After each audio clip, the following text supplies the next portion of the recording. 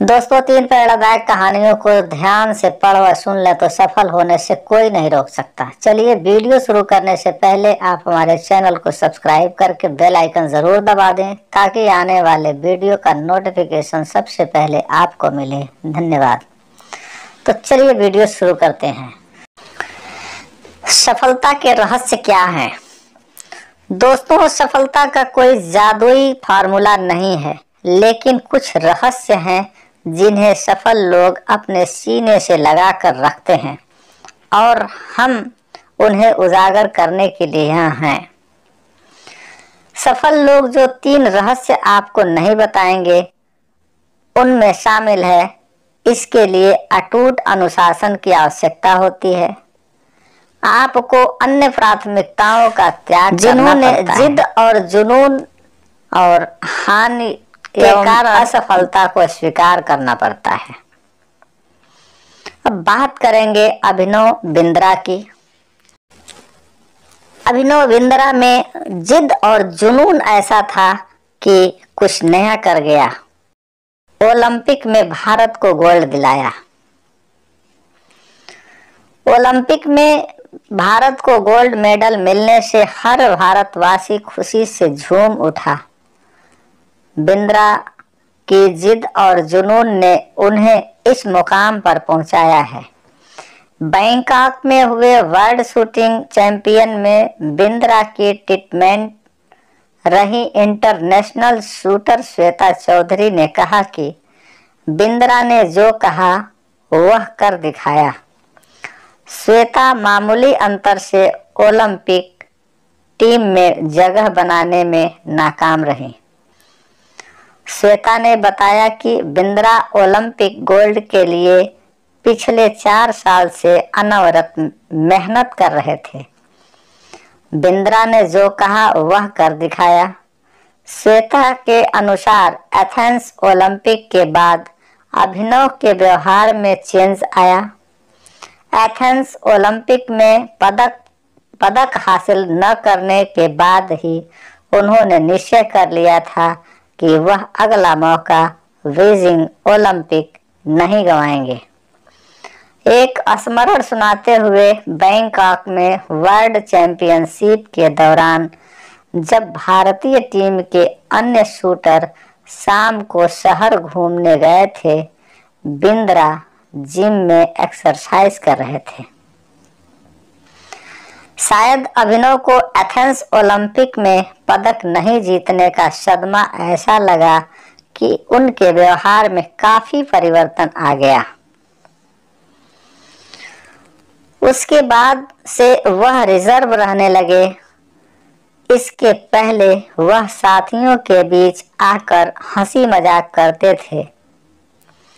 इसके बाद वह लगातार विदेशों में जाकर प्रैक्टिस करते रहे। श्वेता ने बताया कि बिंद्रा के स्वयं ही अपने लिए प्राइवेट कोच, पादमोलॉजिस्ट व फिजियो नियुक्त किया था। इसके बावजूद छोटी प्रतियोगिताओं में उनके मेडल न जीतने पर कई बार उनकी आलोचना भी हुई, परंतु उनको जानने वाले जानते थे कि अभिनव में वह क्षमता है जो वक्त आने पर बड़ी प्रतियोगिता में अवश्य दिखेगा।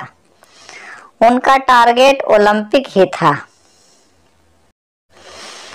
आखिरकार बिंद्रा की मेहनत रंग लाई और भारत को गोल्ड मेडल मिला। अगले विभूति की बात करेंगे हम भारत रत्न प्राप्त डॉक्टर APJ अब्दुल कलाम की।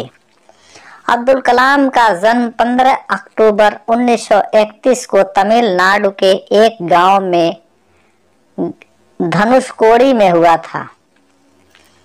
इनके पिता मछुआरों को किराए पर नाव देते थे। कलाम ने अपनी पढ़ाई के लिए धन की पूर्ति के लिए अखबार बेचने का कार्य भी किया। डॉक्टर कलाम ने जीवन में अनेक चुनौतियों का सामना किया। उनका जीवन सदा संघर्षशील रहने वाले एक ऐसे व्यक्ति की कहानी है जिसने कभी हार नहीं मानी तथा देश हित में अपना सर्वस्व न्यौछावर करते हुए सदा उत्कृष्टता के पथ पर चलते रहे। 71 वर्ष की आयु में भी वे अथक परिश्रम करते हुए भारत को सुपर पावर बनाने की ओर प्रयासरत थे। भारत रत्न डॉक्टर अब्दुल कलाम भारत के 11वें राष्ट्रपति बने। वे भारत रत्न से सम्मानित होने वाले तीसरे राष्ट्रपति हैं। भारत के मिसाइल कार्यक्रम के जनक डॉक्टर कलाम ने देश को अग्नि एवं पृथ्वी जैसी मिसाइलें देकर चीन एवं पाकिस्तान को इनकी रेंज में लाकर दुनिया को चौंका दिया। एक बार एयरफोर्स के पायलट के साक्षात्कार में वे 9वें नंबर पर आने के कारण कुल 8 प्रत्याशियों का चयन करना था। उन्हें निराश होना पड़ा था। वे ऋषिकेश बाबा शिवानंद के पास चले गए एवं अपनी व्यथा उन्हें सुनाई। बाबा शिवानंद के कहने का अर्थ यह था कि असफलता से निराश होने की आवश्यकता नहीं। यह सफलता आपकी दूसरी सफलताओं के द्वार खोल सकती है। तुम्हें जीवन में कहाँ पहुँचना है इसका पता नहीं। आप कर्म करो, ईश्वर पर विश्वास करो। डॉक्टर कलाम का जीवन हर उस नव युवक के लिए आदर्श प्रेरणा स्रोत है जो अपने जीवन में एक असफलता मिलने पर निराश हो जाते हैं। डॉक्टर कलाम ने अपने सारे जीवन में निस्वार्थ सेवा कार्य किया। उनका राष्ट्र प्रेम और उनका देशभक्ति का जज्बा हर भारतीय के लिए सबक एवं प्रेरणा का पूंजी है और हमेशा रहेगा। हम बात करेंगे तीसरे महान गणितज्ञ रामानुज धुन के पक्के थे। रामानुज का जन्म एक गरीब परिवार में 22 सितंबर 1887 को तमिलनाडु के ईरोड कस्बे में हुआ था। उनके पिता एक साड़ी की दुकान पर क्लर्क का काम करते थे। रामानुज के जीवन पर उनकी मां का बहुत प्रभाव था। जब वे 11 वर्ष के थे तो उन्होंने एस.एल. लोनी द्वारा लिखित गणित की किताब की पूरी मास्टरी कर ली थी। गणित का ज्ञान तो जैसे उन्हें ईश्वर के यहाँ से ही मिला था।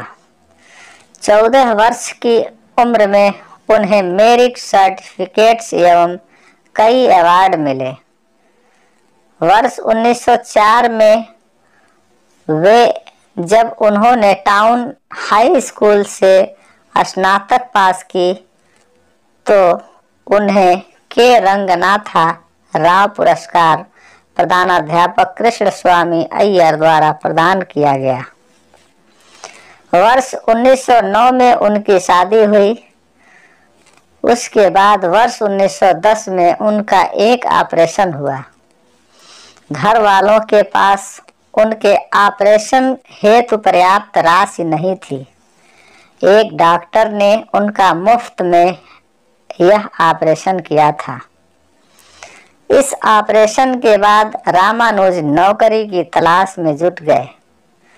वे मद्रास में जगह जगह नौकरी के लिए घूमे। इसके लिए उन्होंने ट्यूशन भी किए। वे पुनः बीमार पड़ गए। इसी बीच वे गणित में अपना कार्य करते रहे। ठीक होने के बाद उनका संपर्क नेल्लौर के जिला कलेक्टर रामचंद्र राव से हुआ। वह रामानुज के गणित में कार्य से बेहद प्रभावित हुए। उन्होंने रामानुज की आर्थिक मदद भी की। वर्ष 1912 में उन्हें मद्रास में चीफ अकाउंटेंट के ऑफिस में क्लर्क की नौकरी भी मिल गई।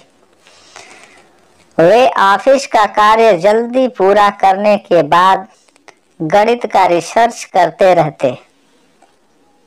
इसके बाद वे इंग्लैंड चले गए। वहां उनके कार्य को खूब प्रशंसा मिली।